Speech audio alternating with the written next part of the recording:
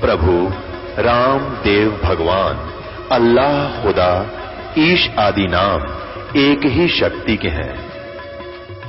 वो कैसा है, कहां है, कैसे मिलता है, किसने देखा है?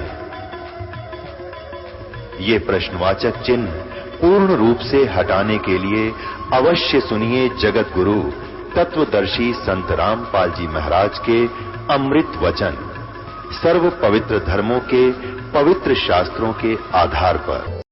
तो गीता अध्याय नंबर 7 के श्लोक 29 में जब ये कहा कि तत्ब्रह्म को और सारे अध्यात्म को और सब कर्मों से वो परिचित है व्यक्ति जो केवल जरा और मरण से छूटने के लिए भक्ति करते हैं, संसार की किसी अन्य वस्तु की डिमांड नहीं रखते, तो वो तत्ब्रह्म से परिचित है। तत्ब्रह्म तो गीता अध्याय नंबर 7 में श्लोक कुल 30 हैं।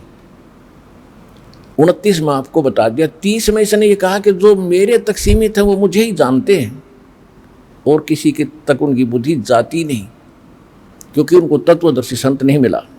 फिर 8वें अध्याय का प्रथम मंत्र अर्जुन पूछता प्रथम मंत्र में कि हे भगवान, फिर वो तत्ब्रह्म क्या है? वो तत्ब्रह्म क्या है? कौन है वो तत्ब्रह्म? 8वें अध्याय के 3रे श्लोक में गीता ज्ञानदाता ने कहा कि वो परम अक्षर ब्रह्म है। अब देखो, सरब्रह्म नासवान भगवान, अक्षर ब्रह्म अविनाशी भगवान, और परम अक्षर ब्रह्म यानी उस अविनाशी से भी विशेष अविनाशी। अब हम आते हैं गीता अध्याय नंबर 15 के श्लोक नंबर 16 और 17 में। गीता अध्याय नंबर 16 के अंदर 2 पुरुष बताए। गीता अध्याय नंबर 15 के श्लोक 16 में 2 पुरुष बताए, सरपुरुष और अक्षर पुरुष। हम इनको दूसरे शब्दों में कहेंगे सरब्रह्म और अक्षर ब्रह्म। ब्रह्म माने भगवान, प्रभु, स्वामी, मालिक। सरब्रह्म तो ये सरपुरुष तो ये खुद है गीता ज्ञानदाता, ये 21 ब्रह्मांड का स्वामी है। और ये सर माने नासवान है ही, ये खुद भी मानता है मेरे और तेरे बहुत जन्म हो चुके।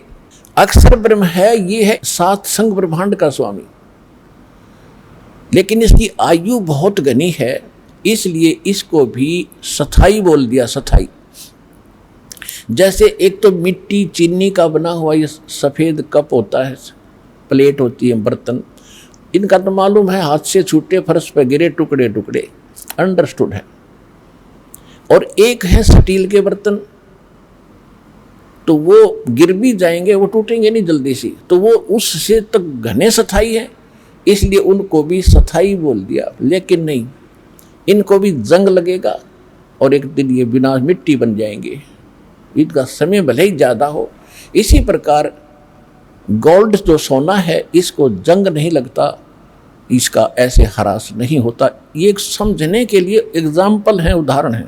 तो फिर क्या बताया है गीता अध्याय नंबर 15 के श्लोक 16 में, सरपुरुष और अक्षर पुरुष, और जितने इनके अंतर्गत प्राणी हैं ये भी नासवान और ये भगवान भी नासवान, इनके अंतर्गत सभी प्राणी भी नासवान। लेकिन जीवात्मा नहीं मरती, ये अलग विषय है, वो तो किसी की भी नहीं मरती, कुत्ते के सुअर की भी नहीं मरती। फिर गीता अध्याय नंबर 15 के श्लोक नंबर 17 में स्पष्ट कर दिया है, जैसे अक्षर पुरुष बोला 16 में, तो अक्षर का अर्थ अविनाशी होता है। यहाँ इसलिए एक श्लोक और बोलना पड़ा कि उत्तम पुरुष तु अन्य परमात्मा इति उदाहरते। ये लोकतरम आविश्य विवर्ती अवय ईश्वर है। अवय अवय माने विनाशी। इसका हिंदी अनुवाद ऐसा बनता है कि उत्तम पुरुष, पुरुषोत्तम, पुरुषोत्तम यानी उत्तम पुरुष तो कोई और है ऊपर वर्णित दोनों से, सरपुरुष अक्षर पुरुष से कोई और है वो पुरुषोत्तम, और जिसको परमात्मा कहा जाता है। पुण्यात्मा, परमात्मा का अर्थ होता है श्रेष्ठ आत्मा। और जो यहाँ क्या हाल हो रहा है, किसी की टांग कट गई, किसी का बेटा मर गया, किसी की बेटी मर गई, किसी की आंख फूट गई, कोई कोढ़ में, कोई कैंसर से पीड़ित है, कोई दुर्घटना मर रहा है, और एक दिन लास्ट में सभी ने मरना है। तो जिस लोक का मालिक जो यहाँ का स्वामी है, क्या वो परमात्मा हो सकता है? नहीं, परमात्मा नहीं है ये। लेकिन हमने इसको परमात्मा मान लिया क्योंकि हमसे श्रेष्ठ है, हमसे तगड़ा है यो।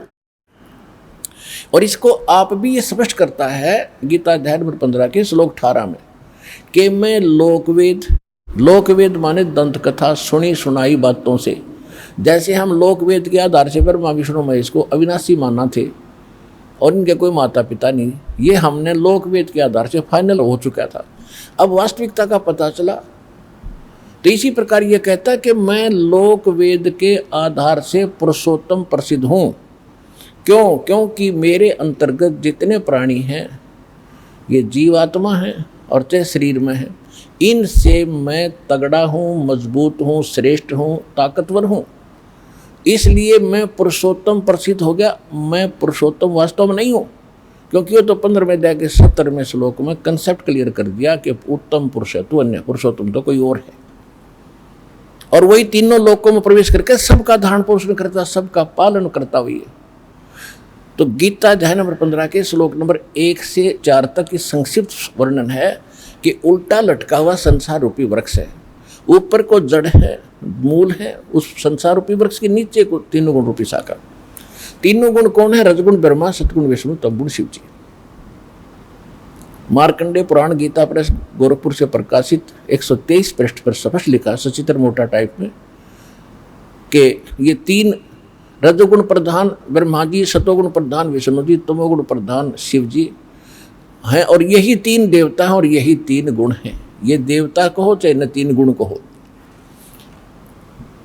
तो इसमें क्या बताया है कि ऊपर को जो जड़ है संसार रूपी वृक्ष की, वो तो पूर्ण परमात्मा है। ऊपर को जड़ है, नीचे को तीनों गुण रूपी शाखा है, ये संसार रूपी वृक्ष है। और जो संत इस वृक्ष के सभी विभाग बता देगा भिन्न भिन्न, वह वेदवित है, वो तत्वदर्शी संत है। तत्वदर्शी संत की पहचान भी बता रखी। तो परमेश्वर ने 600 वर्ष पहले कबीर भगवान ने आकर और ये सत्संग किया था, ये सत्य ज्ञान दिया था। आज हमारी गीता और वेदों और पुराणों में जो सत्य मिला है, अक्षर पुरुष एक पेड़ है, सर पुरुष बाकी डारे, तीनों देवा शाखा है, भाई पात रूप संसारे। परमेश्वर ने, कबीर भगवान ने, अल्लाहु अकबर ने। कौन कबीर भगवान? हम सुल्तानी नानक तारे दादू को उपदेश दिया, जात जुलाहा भेद न पाया वो काशी माहे कबीर हुआ। अनंत कोट ब्रह्मांड का एक रति नहीं भारे, सतगुरु पुरुष कबीर है ये कुल के सिरजनहारे। यद गरीबदास साहिब जी ने अपनी अमृतवाणी में एफिडेविट दिया, कबीर जुलाहा धाणक वही परमात्मा है। आदरणीय नानक साहिब जी को भी परमात्मा, जैसे गरीबदास जी को सचखंड लेकर गए थे फिर वापस छोड़ा, ऐसे आदरणीय नानक साहिब जी को भी सचखंड लेकर गए फिर वापस छोड़ा था। तो नानक साहिब जी ने क्या कहा अपनी अमृतवाणी में? श्री गुरु ग्रंथ साहिब जी के पृष्ठ 24 पर अंकित है कि तेरा एक नाम तारे संसार, और मैं ए हो आस ए हो आधार। फाई सूरत मुल्क की वेश ए ठगवाड़ा ठगी देश, खरा सियाणा बहुता भार। ये धानक रूप रहा करता लोगों, ये धानक रूप रहा करता। 731 पृष्ठ पे कहा है कि अंधुला नीच जात परदेसी, मेरा छिन आवे तिल जावे। एक सेकंड में यहाँ देखता हूँ, दूसरी सेकंड में सतलोक में ये। और ताकि संगत नानक रेंदा कैसे मोंडा पावे, कि इसका और छोर कैसे पाऊं मैं, इस ऐसे समर्थ के साथ रहता हूँ। 721 पृष्ठ पे गुरु ग्रंथ साहिब में लिखा है कि एक अर्ज गुप्तम पेश तोदर कून करतार। कून करतार, जो कून माने शब्द और करतार माने सबका रचने वाला, जो शब्द से सृष्टि रचने वाला तू ही है। और हक्का कबीर, नाम लिखा मालिक का, हक्का कबीर करीम तू बेऐब परवरदिगार। अब वो परमात्मा है जिसने आकर खुद यहाँ पर सत्संग किया और सच्चा ज्ञान दिया। वही सतगुरु है और वही आकर के यहाँ एक सच्चे भगत की भूमिका करते हैं, एक नेक नागरिक का अभिनय भी वही करते हैं। अपना करके खाओ, जैसे राखे भगवान न्यों रहो, ज़्यादा इस दौड़ धूप माया की संग्रह करने में अपना जीवन मत नसाओ, नाश ना करो। ये एग्जाम्पल दिया दाता ने, और जो ये भी उन्होंने प्रमाणित कर दिया कि जो सच्ची लगन से मुझे भजता है, संसार की दृष्टि में बेशक निर्धन दिखा है, पर भगवान की दृष्टि में सबसे धनवान है। जैसे परमात्मा कपड़ा बुनते थे, बुनाई का केवल मेहनताना मिलता था उनको, उसमें से भी अपना परिवार के योग्य जो आवश्यक था सामान लाए, बाकी बच गया भंडारा कराया करते थे, सत्संग करते थे, उसमें भंडारा लगाते थे, यानी दान करते थे। और फिर ये दिखा परमात्मा ने कि कल्पे कारण कौन है कर सेवा निकाम, निष्काम भाव से भक्ति कर मेरी, और मन इच्छा फल देऊंगा जो पड़े मेरे तक काम। जब मेरे सतर का काम आओगा जब देखना बेटा तेरी कैसे मदद करूंगा, पर सच्चे दिल से तू मेरे साथ लगा रहे।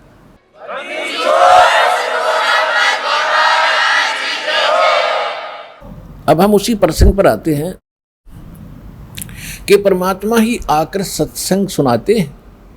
सत्संग का अर्थ सत्य हो, सत्य ज्ञान, सत्य विचार, प्रत्येक एक वर्ड टू वर्ड सत्य होता है सत्संग का।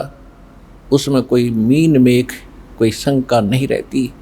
शंका एक बार हो सकती है जो प्रथम बार सुनते हैं, लेकिन जो प्रमाण देखेंगे वो शंका समाप्त हो जाएगी। तो उस परमेश्वर ने 600 वर्ष पहले आकर सत्संग किया था। अक्षर पुरुष एक पेड़ है, जैसे पृथ्वी से बाहर दिखाई देता है। जो पेड़ का हिस्सा जो पृथ्वी से तुरंत बाहर जो दिखाई देता है वृक्ष, वो पोर्शन है अक्षर पुरुष, अक्षर पुरुष। और उससे ऊपर मान लीजिए उसमें से 2-3 मोटी डार निकलती हैं, तो उनमें से एक मोटी डार समझो ये सरपुरुष, और उस डार के फिर शाखा हैं 3 मान लीजिए एक एग्जाम्पल के लिए। ये 3 शाखा हैं रजगुण ब्रह्मा, सतगुण विष्णु, तमगुण शिव। और फिर उनसे आगे जो पत्ते वगैरह हैं वो समझो आप और हम हैं। अब जैसे कई भक्त पूरा सत्संग दास का सुनते नहीं, एक बार कहीं दुर्भाग्य उनका कि ये सुनने को मिल जाता है कि ब्रह्मा विष्णु महेश 3 देव की जो करते हैं भक्ति उनकी कदे ना हो मुक्ति, तो वहीं वो स्विच ऑफ कर देते हैं टीवी को। तो ये उनका दुर्भाग्य है। पहले ये सुनो कि पहली बार आप सुन रहे हो कि इनकी भक्ति जो करता है वो मुक्त नहीं हो सकता, तो ये तह तक जाना चाहिए कि ये जो बोलने वाला ये मूर्ख है या किस टाइप का आदमी है, ये तो सुन लो। और ना अच्छा लगे तो ठीक है भाई, अपनी जो कर रहे हो करते रहो, सुनने में भी क्या दिक्कत है। तो जिस कारण से ये क्या कह देते हैं कि रामपाल तो ब्रह्मा विष्णु महेश की भक्ति छुड़वाता है। भक्ति नहीं छुड़वाता दास, भक्ति यानी इनकी साधना नहीं छुड़वाता। इनको तुम पूज्य मानकर, इष्ट मानकर पूजते हो, ये भ्रम निवारण कर रहा हूँ कि ऐसा नहीं करना। जैसे संसार रूपी वृक्ष है, इसका प्रमाण मालिक ने दे दिया। अक्षर पुरुष एक पेड़ है, सरपुरुष वाकी डार, तीनों देवा शाखा है, पात्र संसार। और मूल कौन है, रूट कौन है, वो जड़ कौन है जो पृथ्वी के अंदर गुप्त है, अव्यक्त है, वो प्रोक्ष है। तो वो जड़ जो है उससे सबका, उस पूरे वृक्ष का पोषण होता है। गीता अध्याय नंबर 15 के श्लोक नंबर 17 में यही निर्णय दिया है कि उत्तम पुरुष तो अन्य परमात्मा इति उद्धारते, वह केवल सबका को सुख सुख देता, परमात्मा से कहते हैं, वो दुख नहीं देता।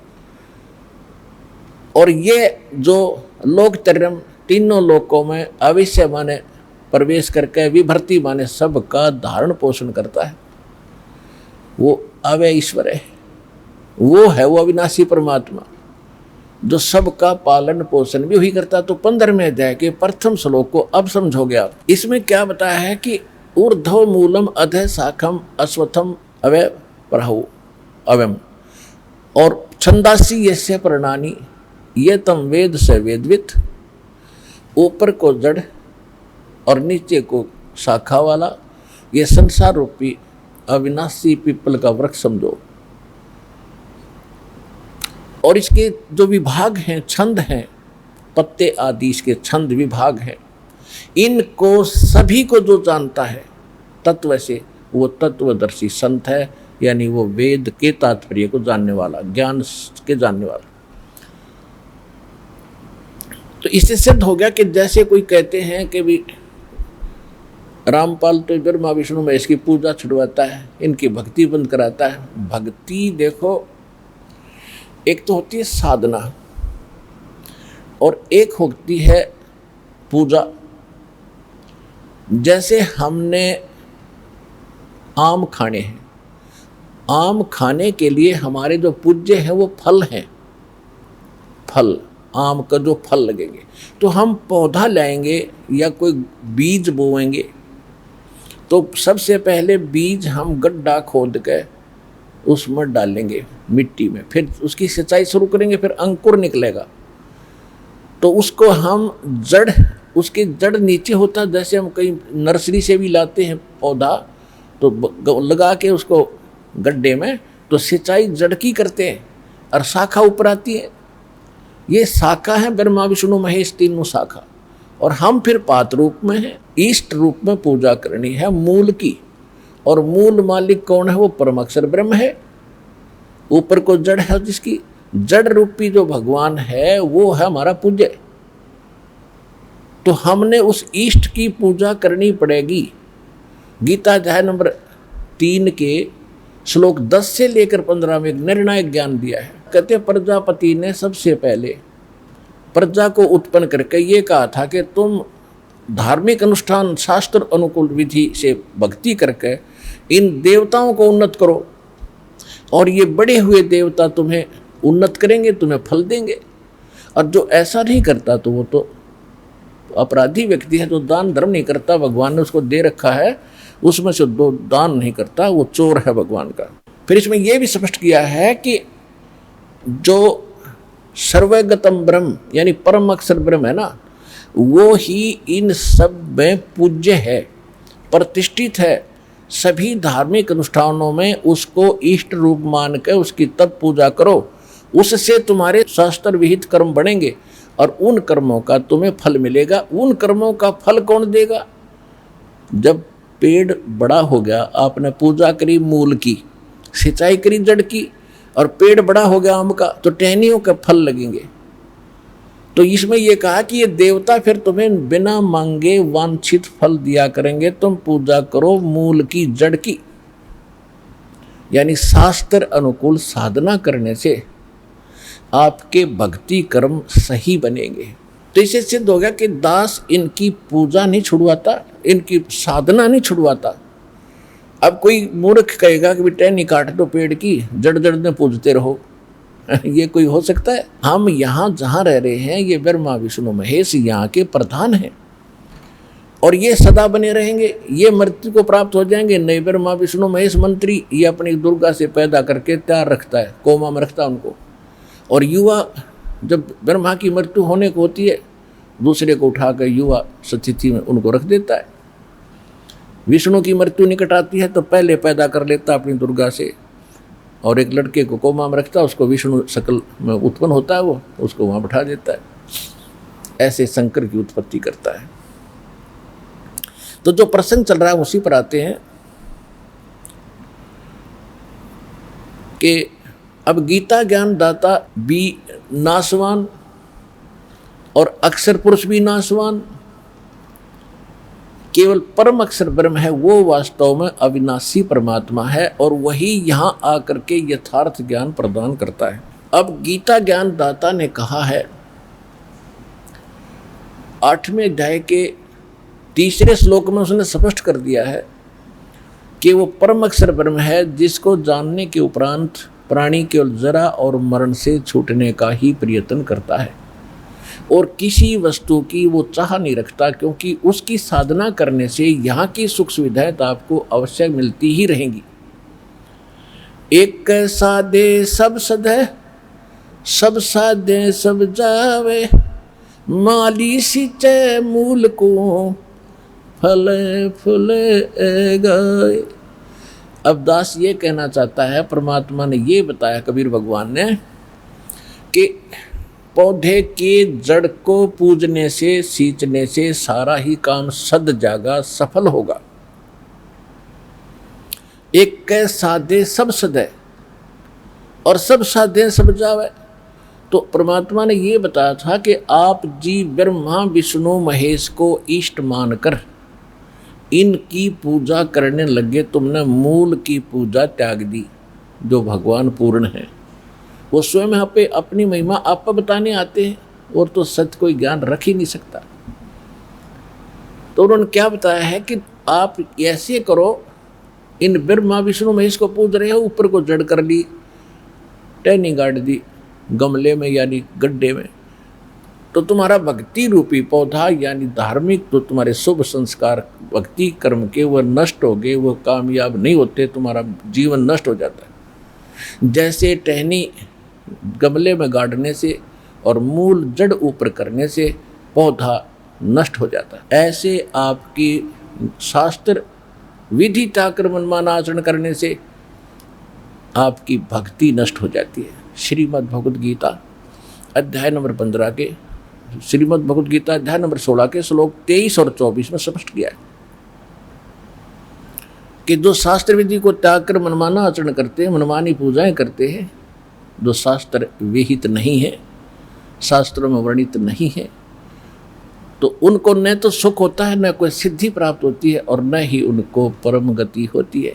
और इन तीन वस्तुओं के लिए ही हम भक्ति करते हैं कि यहाँ भी हमें राहत मिले, हमारे अंदर परमात्मा की ऐसी ताकत आवे, सिद्धि आवे, ताकि हम यहाँ से चलें जब सतलोक सीधे जाएं, को रोक ना सके, हमारी गति हो।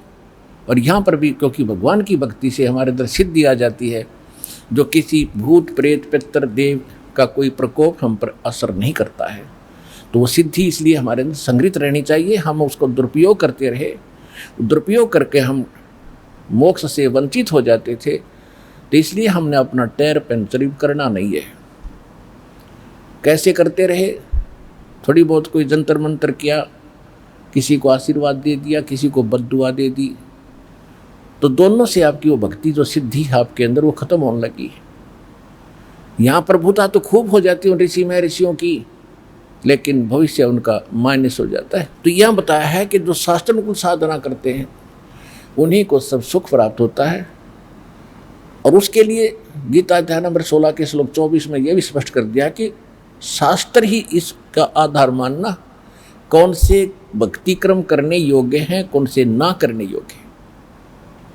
तो शास्त्र यानी सदग्रंथ कौन से हैं? फिर सदग्रंथ दास बहुत बार आपको बता चुका है, फिर भी बताते रहते, क्योंकि नए नए भक्त आते हैं और ये परमात्मा की महिमा पुराणों को भी सुननी पड़ती है। पुराने जो ओल्ड भक्त हैं, बहुत पहले के लगे हुए हैं, उनके लिए भी ज्ञान सुनना अनिवार्य है, क्योंकि उसको ज्ञान यज्ञ का लाभ मिलता है। तो ये कौन से सदग्रंथ प्रमाणित है हमारे लिए? वैसे तो सभी धर्मों के जो सदग्रंथ हैं वो आदरणीय हैं, जैसे ये 3 पुस्तकों का, 3 किताबों का संग्रह बाइबल, जैसे जबूर, तौरात और इंजिल का संग्रह, तीनों का ये बाइबल है। और पवित्र बाइबल, पवित्र कुरान शरीफ या मजीद, ये एक ही है। कुरान शरीफ को हो चाहे कुरान मजीद को हो, सिर्फ अंतर अक्षर का है। और पवित्र चारों वेद, पवित्र श्रीमद् भगवत गीता, पवित्र पुराण 18 पुराण, और पवित्र सूक्ष्म वेद जो स्वयं परमात्मा आकर यथार्थ ज्ञान देता, जो सूक्ष्म वेद है, जो गॉड गिवन स्पिरिचुअल डायरेक्ट है, जो अपने मुख कमल से यहाँ आकर परमात्मा बोलता है, बताता है, वो है ऑल इन वन, यानी कंप्लीट इन ऑल रिस्पेक्ट, जिसके अंदर सब ही ज्ञान है। वेदों वाला भी है, श्रीमद् भगवद गीता वाला भी है, कुरान वाला भी है, पुराण वाला भी है, और बाइबल वाला भी ज्ञान है, और गुरु ग्रंथ साहिब वाला भी ज्ञान है। तो कहने का भाव ये है कि जो सूक्ष्म वेद है वो तो कंप्लीट इन ऑल रिस्पेक्ट है, और वो भगवान आकर बोलता है, वो सत्य ज्ञान सत्संग होता है। फिर भी उस ज्ञान को आज हम नहीं मान रहे थे कि वो कौन सा ज्ञान है, जो गीता अध्याय नंबर 4 के श्लोक नंबर 32 में कहा है कि परमात्मा सच्चिदानंद घन ब्रह्म इन्होंने ये गलती कर रखी है अनुवादकों ने गीता में चौथे अध्याय के 32वें श्लोक में, इन्होंने ब्रह्मण्य शब्द का यहाँ अर्थ गलत कर दिया, वेद कर दिया। और यही ब्रह्मण्य शब्द है 17वें अध्याय के 23वें श्लोक में गीता में, वहाँ इन्होंने सही अनुवाद किया, ब्रह्मण्य माने सच्चिदानंद घन ब्रह्म, यानी परम अक्षर ब्रह्म की जो भक्ति करने के लिए उसको 3 मंत्र का जाप है, ओम तत्सत। तो यहाँ चौथे अध्याय के 32वें श्लोक में जब वापस हम आते हैं तो ये ब्रह्मण्य का अर्थ हमने यहाँ पर सच्चिदानंद घन ब्रह्म करना पड़ेगा। इन्होंने अर्थ गलत कर दिया, क्योंकि ब्रह्म माने भगवान और वेद माने उसका संविधान। अब राजा और उसका संविधान दो हैं।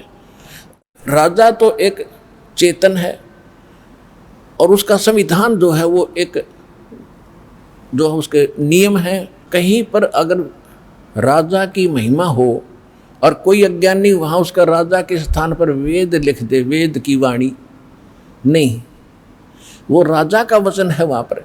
तो यहाँ लिखा है कि सच्चिदानंद घन ब्रह्म ने ब्रह्मण्य मुखे, सच्चिदानंद घन ब्रह्म अपने मुख कमल से आके स्वयं बोलता वो ज्ञान, और वो ही तत्व ज्ञान होता है।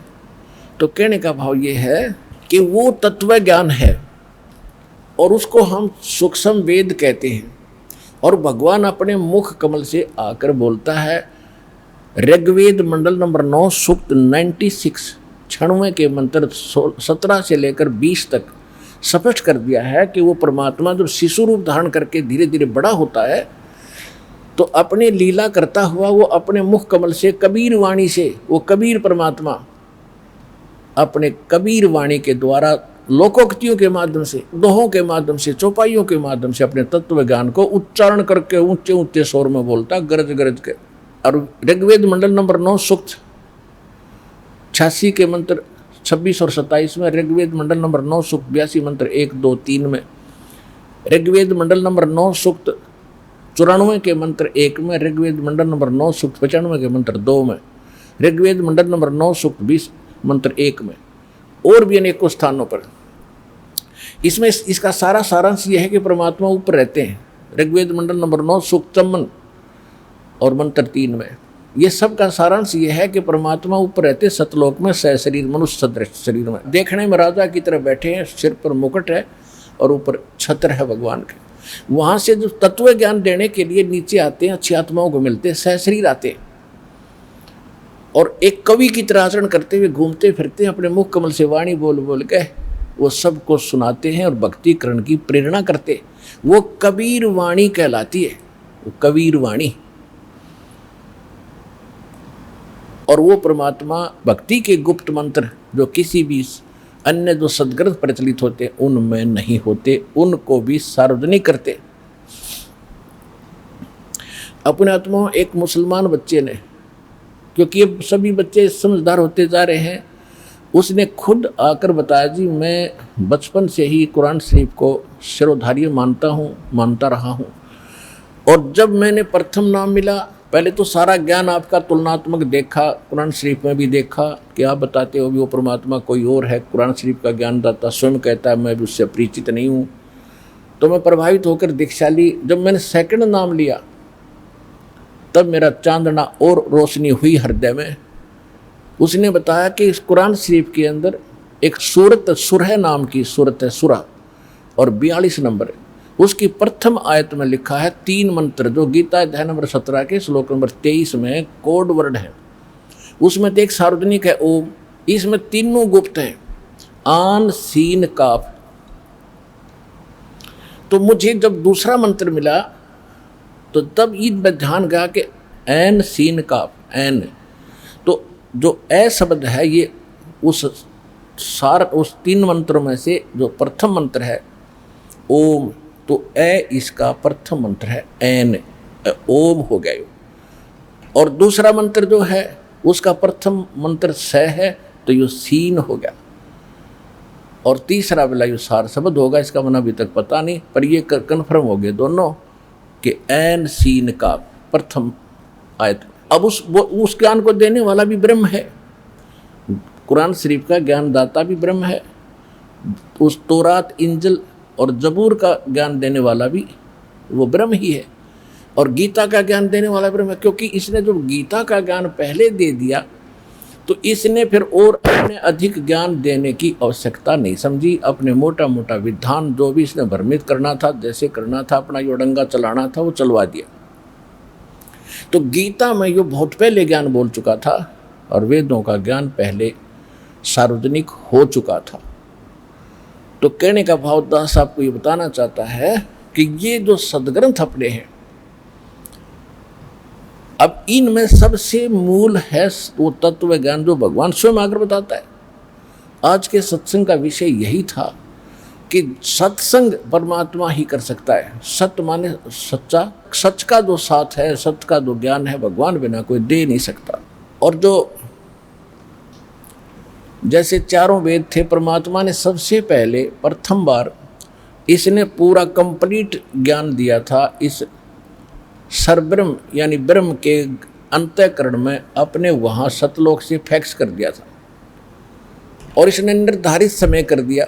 जैसे मालिक का विधान है, जैसे विधान है कि बच्चा 9 महीने के बाद माँ के गर्भ से बाहर आएगा ही आएगा, कोई रोक नहीं सकता। ऐसे ही परमात्मा ने इसके अंदर फैक्स कर दिया था। जब ब्रह्मा विष्णु महेश थोड़े जवान हुए, उस समय इसके श्वासों से वो बाहर निकल गया, अपने आप इस ब्रह्म के श्वासों से बाहर निकला। जैसे कंप्यूटर से बाहर आ जाते फटाफट प्रिंट हो गए, ऐसे मालिक ने बटन दबा दिया, वहीं से ये फटाफट बाहर आए सारे वेद। इसने देखा सामने,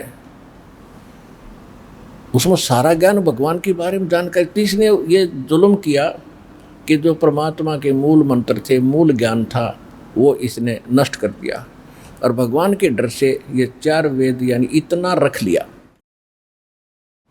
अब उस जो इसने यथार्थ ज्ञान भक्ति थी वो नष्ट कर दिया, उसकी पूर्ति के लिए परमात्मा को आना पड़ता है। जो वेद इसने रखे हैं शेष वो ठीक है। यदि इन पंडितों ने हमारे धर्मगुरुओं ने कोई बीच में गड़बड़ी कर दी होगी, वो अलग बात है, वो पड़ी रहेगी। क्योंकि हमारे पास कंप्लीट स्पिरिचुअल नॉलेज प्राप्त है, तो हमने उसकी भी गणित की जरूरत नहीं रही। क्योंकि उसको सहयोग इसलिए लेना पड़ता है इस यथार्थ ज्ञान को यथार्थ ही रूप में आपको समझाने के लिए कि ये सत्य है जो भगवान ने 600 वर्ष पहले स्वयं मालिक ने कबीर भगवान आकर बोला था ये कबीर वाणी में। तो आज आपके वेद भी बता रहे हैं, जैसे भी बचे खुचों को आप सत्य मान रहे थे उसमें भी यही वर्णन है। और परमात्मा ने कहा था वेद मेरा भेद है, 600 वर्ष पहले कहा था धर्मदास जी को कि वेद मेरा भेद है, मैं ना वेदन के माही और जौन वेद से मैं मिलूं ये वेद जानते नहीं। कि ये चारों वेद जिनको तुम श्रोधार्य मानते हो और इन जैसा ज्ञान नहीं मानते, ये मेरी महिमा का ही गुणगान करते सारा, लेकिन मेरे पाने की विधि इन तुम्हारे इन 4 वेदों में नहीं रही। अब उन 4 वेदों का निष्कर्ष श्रीमद् भगवद गीता है। यजुर्वेद अध्याय नंबर 40 के मंत्र नंबर 15 में स्पष्ट किया है कि ओम कर्तु समर किलबे समर कर्तुम समर वायु अनिलम अथिदम भस्मांतम शरीरम भस्मांतम शरीरम। जब शरीर नष्ट हो तब तक वायु अनिलम यानी श्वास ओ श्वास से, वायु माने भी वायु, अनल माने भी वायु, वायु अनिलम यानी श्वास ओ श्वास से, अथिदम भस्मांतम शरीरम अमृतम भस्मांतम शरीरम। ओम कर्तु समर किलबे समर और कर्तुम समर। ओम नाम का जाप काम करते करते स्मरण करो, विशेष कसक के साथ स्मरण करो, मनुष्य जीवन का मूल कर्तव्य जानकर भगवान का ये मंत्र जाप करो। और इसको वायु अनिलम, अब ये स्पष्ट हो रहा है श्वास उश्वास से इसका सिमरण है, लेकिन इनको समझ में आया नहीं। और अंतिम सांस तक जब तक शरीर भस्म हो, अंत हो, तब तक इसका सिमरण करना। इससे जो अमृतम प्राप्त होगा, अमृतो जो इससे मिलना है वो प्राप्त हो जाएगा। उससे कितना अमृतम है, अमृतो ही आपको पता ही दिया कि ओम का जाप ब्रह्म का है, ओम के जाप से ब्रह्मलोक प्राप्ति होती है। ये बहुत लंबा समय है इसका वहाँ रहने का ब्रह्मलोक के महास्वर्ग में। उसके बाद भी फिर इनका जन्म मृत्यु होता है, इतना अमृतो है। फिर यजुर्वेद अध्याय नंबर 40 के अंदर केवल 17 श्लोक हैं, 17, और 15वें में इसने अपनी महिमा बता दी, मेरा एक ओम मंत्र है। फिर 17वें में इसने बता दिया कि वो परमात्मा तो प्रोक्ष है, वो मूल भगवान तो गुप्त है। और मैं ब्रह्म हूं, और मैं खम अहम खम ब्रह्म सो अहम, वो तो परमात्मा अव्यक्त है, और अहम मैं ब्रह्म हूं, और मैं, मेरा ओम नाम है, मैं ब्रह्मलोक रूपी दिव्य आकाश में रहता हूं। तो इसने स्पष्ट कर दिया कि वो परमात्मा कोई और है। और यजुर्वेद अध्याय नंबर 40 के मंत्र नंबर 10 में स्पष्ट कर रखा है कि कोई तो भगवान को कहते जन्म लेता संभवात, कोई कहता है जन्म लेता ही नहीं, असंभवात अजन्मा है। और जन्म लेने के उदाहरण देते हैं, राम और कृष्ण रूप में ये वही आता है। इस तरह की लोकवेद दंत कथा ही सुनाते हैं। लेकिन इसके विषय में भगवान जन्म लेता है या नहीं लेता है, वो कैसा है, उसके लिए तत्वदर्शी संतों से पूछो, धीराणाम, विज्ञानी पुरुष तत्वदर्शी संत पुरुष बताएंगे, उनसे पूछो। तो इससे सिद्ध है कि गीता और वेदों का ज्ञान एक है। श्रीमद् भगवद गीता वेदों का सारांश है। इसमें भी ओम नाम के अतिरिक्त और कोई मंत्र नहीं। ये तो ब्रह्म का। फिर इसने बताया है कि जो परम अक्षर ब्रह्म है, 17वें अध्याय के 23वें श्लोक, कि जो परम अक्षर ब्रह्म है उसके पाने का जो उसकी प्राप्ति करने वाला उस स्थान को प्राप्त कर जाएगा जहां जाने के बाद साधक फिर लौटकर कभी संसार में नहीं आते। 15वें अध्याय के 4 श्लोक में श्रीमद् भगवद गीता। तो ओम तत्सत इति निर्देश ब्रह्मण त्रिविध समर्थ है।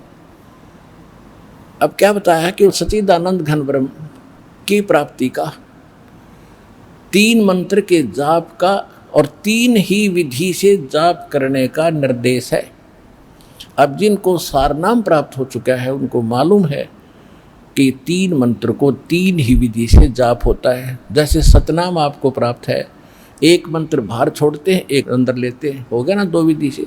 और जिसने तीसरा प्राप्त है, तो इस तरह ये 3 विधि से इसका जाप है और यही मूल मंत्र है। इसके सहयोगी मंत्र और हैं जो छोटे मोटे अक्सर कहीं कहीं पुराणों में उनका वर्णन है। कहीं किलियम लिखा है, कहीं हरियम लिखा है और कहीं श्रीयम लिखा है, लेकिन ये कंप्लीट कोर्स नहीं उनके पास, क्योंकि ये नीम हकीमों का दिया ज्ञान है। किसका? ब्रह्मा जी का। और ब्रह्मा जी जब जन्म होता है, ब्रह्मा जी कहता मैं कमल के फूल पर बैठा था, मुझे नहीं बेटा नारद मैं कहाँ से जन्मा हूँ। तो वो कैसे कंप्लीट नॉलेज रख सकता है ब्रह्मा जी? और ब्रह्मा जी का दिया ज्ञान 18 पुराण बने, उसी ज्ञान के आधार से ऋषियों ने फिर अपने अनुभव जोड़ जोड़ के ब्रह्मा से प्राप्त ज्ञान से, ब्रह्मा जी से, और फिर उन्होंने अपने नाम से आगे पुराण बना दिए। तो जो सूक्ष्म वेद है, सबसे पहले वो वेद हमारा एथेंटिक वेद है, वो अथेंटिक हमारा ज्ञान है, बुक है। उसके बाद 4 वेद हैं और उसके बाद श्रीमद् भगवद गीता है। ये हैं 3 एथेंटिक वर्तमान में जो भक्ति के लिए हमने सेलेक्ट करने। ज्ञान तो हमने सभी पवित्र सदग्रंथों से ग्रहण करना है। और गुरु ग्रंथ साहिब जो है, जो महला पहला की वाणी है, महला पहला की वाणी, वो भी सूक्ष्म वेद का ही अंश है, लेकिन उसमें कंप्लीट नहीं है। क्योंकि जैसे एक इन सिख इतिहास में लिखा है कि प्राण संगली नाम का एक ग्रंथ बनाया था गुरु नानक देव जी ने, कति अलग गुप्त कंप्लीट रूप में, उसमें 160 अध्याय लिखे थे। तो जब गुरु ग्रंथ साहिब को इकट्ठा करने लगे, सब वाणियों की एक बीड बनाकर गुरु ग्रंथ साहिब का रूप देने लगे, 5 में जो महापुरुष थे अर्जुन देव जी, तो उन्होंने जब उस को देखा तो उसमें से केवल 60 अध्याय रखे। वो मतलब उसमें से थे एक भी नहीं लिया इसमें, वो तो छोड़ दिया कति सारा ही। तो उसमें से भी फिर बाद में जो प्रिंट हुए, केवल 60 अध्याय ही प्रिंट हुए हैं, जो प्राण संगली नाम से आज भी सुरक्षित है सिखों के पास। लेकिन गुरु ग्रंथ साहिब में नहीं लिया। क्यों नहीं लिया? कि उसमें एक यूँ मंत्र था सतनाम और सारनाम का। सारनाम तो संकेतिक था, सतनाम सीधा लिखा था 2 अक्षर का। वो फिर परमात्मा ने दया करी, नानक साहिब जी ने उसकी पूर्ति जब की, जब मर्दाना और बाला जी जो उनके परम भक्त उनके साथ रहते थे हरदम, एक बार समुद्र के ऊपर से जाने लगे श्रीलंका में जाने के लिए, तो नानक साहिब जी ने कहा था कि आप वाहेगुरु वाहेगुरु जपो और मेरे साथ समुद्र पर आते रहो। ऐसे चल पड़े समुद्र पर जैसे थल पर चलते हैं। तो वो नानक साहिब जी वो 2 अक्षर का मंत्र उच्चारण करके जाप करने लगे। तो मर्दाना ने सोचा भी गुरुजी तो ये 2 अक्षर का मंत्र जाप करे, मैं भी क्यों ना करूं। वो करने लगा तो डूबने लगा। तब नानक साहब जी ने मुड़ के देखा और कहा, बेटा तो वही जाप कर जो मैंने कहा, मेरी नकल ना करे। तब उसने वही वाहेगुरु शुरू किया, तो तब वो उसकी जान बची। तो सिखों कह या घर कर की बात कि यदि ये मंत्र किसी ने जाप कर लिया तो मर्दाना वाली हालत हो जाएगी सबकी, क्योंकि गुरुदेव की आज्ञा की अवहेलना होगी। अवज्ञा होने से वो हानि होगी थी, वो मर गया होता। इसलिए कोई सिख बच्चा इस मंत्र का जाप ना करके और गुरु नानक साहिब जी के वचनों की अवहेलना करके दंडित ना हो जा, दोषी ना बन जा, इसलिए इन्होंने इस मंत्र को लिया नहीं। हाँ, कहीं कहीं सोहम मंत्र लिखा है नानक साहिब जी की वाणी में बहुत जगह, गुरु ग्रंथ साहिब में, लेकिन उसके साथ वो इकट्ठा नहीं। लेकिन जो शुरुआत में ये कहते हैं ना एक ओंकार, तो नानक साहिब जी ने वो एक गुप्त कोड वर्ड में लिख रखा है वो मंत्र। एक नहीं, वो कोड वर्ड है, वो सोहम की तरफ संकेत है। ओंकार ओम है ही। तो इस प्रकार इन महापुरुषों, ये तो वो थे PhD किए वे भक्ति किए, तो ये आम विद्यार्थी, आम पढ़ने वाले विद्यार्थी कैसे पढ़ेंगे कोड वर्ड को, इन सदग्रंथों के गुड़ रहस्य को कैसे समझ सकते। फिर गुरु की क्या आवश्यकता थी। तो ये दास भेजाओ तत्वदर्शी संत सभी महापुरुषों के गुड़ रहस्य को समझने और समझाने के लिए। तो प्रसंग जो चल रहा है कि हमारे एक तो सदग्रंथ, सबसे पहले सूक्ष्म वेद, फिर गुरु ग्रंथ साहिब और नानक साहिब जी की जो लीला में लिखा है कि वो मंत्र जाप करते, फाइनल हो गया कि नानक साहिब जी का मोक्ष पूरे सिख समुदाय मानता है। और सभी ये आराधा स्वामी पंथ निकला ही गुरु ग्रंथ साहिब को पढ़कर इन्होंने अलग से अपनी खिचड़ी पकाई है। और ये नाम गलत जाप करते हैं और नानक साहिब जी को मुक्त मानते हैं कि तो महापुरुष थे, ये पूर्ण मोक्ष हुआ है। तो इनका मोक्ष हुआ किस मंत्र से है, तो उसी मंत्र से अपना मोक्ष होगा, बात बनाने से नहीं हो सकता। उसके साथ साथ ये 2 अक्षर का मंत्र है, इसी का जाप किस किस ने किया। नामा छिपा ओम तारी पीछे सोहम भेद विचारी, सार शब्द पाया जद लोई, आवागमन बहोर ना होई। अब जो प्रसंग थोड़ा सा रह गया बीच में, 8वें अध्याय के 5 और 7 मंत्र में गीता ज्ञानदाता ब्रह्म कहता है कि मेरी भक्ति कर मुझे प्राप्त होगा और युद्ध भी करना पड़ेगा, काम भी कर और मंत्र भी जाप कर। सूक्ष्म वेद भी इसका संकेत करता है कि यहाँ जब तक आप हो, नाम उठत नाम बैठत नाम सोत जागवे, नाम खाते नाम पीते नाम से तित लागवे। गीता अध्याय नंबर 8 के और श्लोक नंबर 5 और 7 में इसने अपनी बता दी मेरी भक्ति कर। 8, 9, 10 श्लोक में 8वें अध्याय के इसने कहा कि परम अक्षर ब्रह्म की जो भक्ति करता है उसको प्राप्त होता है। और उसके लिए उसने ऑप्शन छोड़ दिया, तत्वदर्शी संत बताएंगे। तत्वदर्शी संत ही आपके पास है, अपना कल्याण कराओ और मुक्ति पाओ।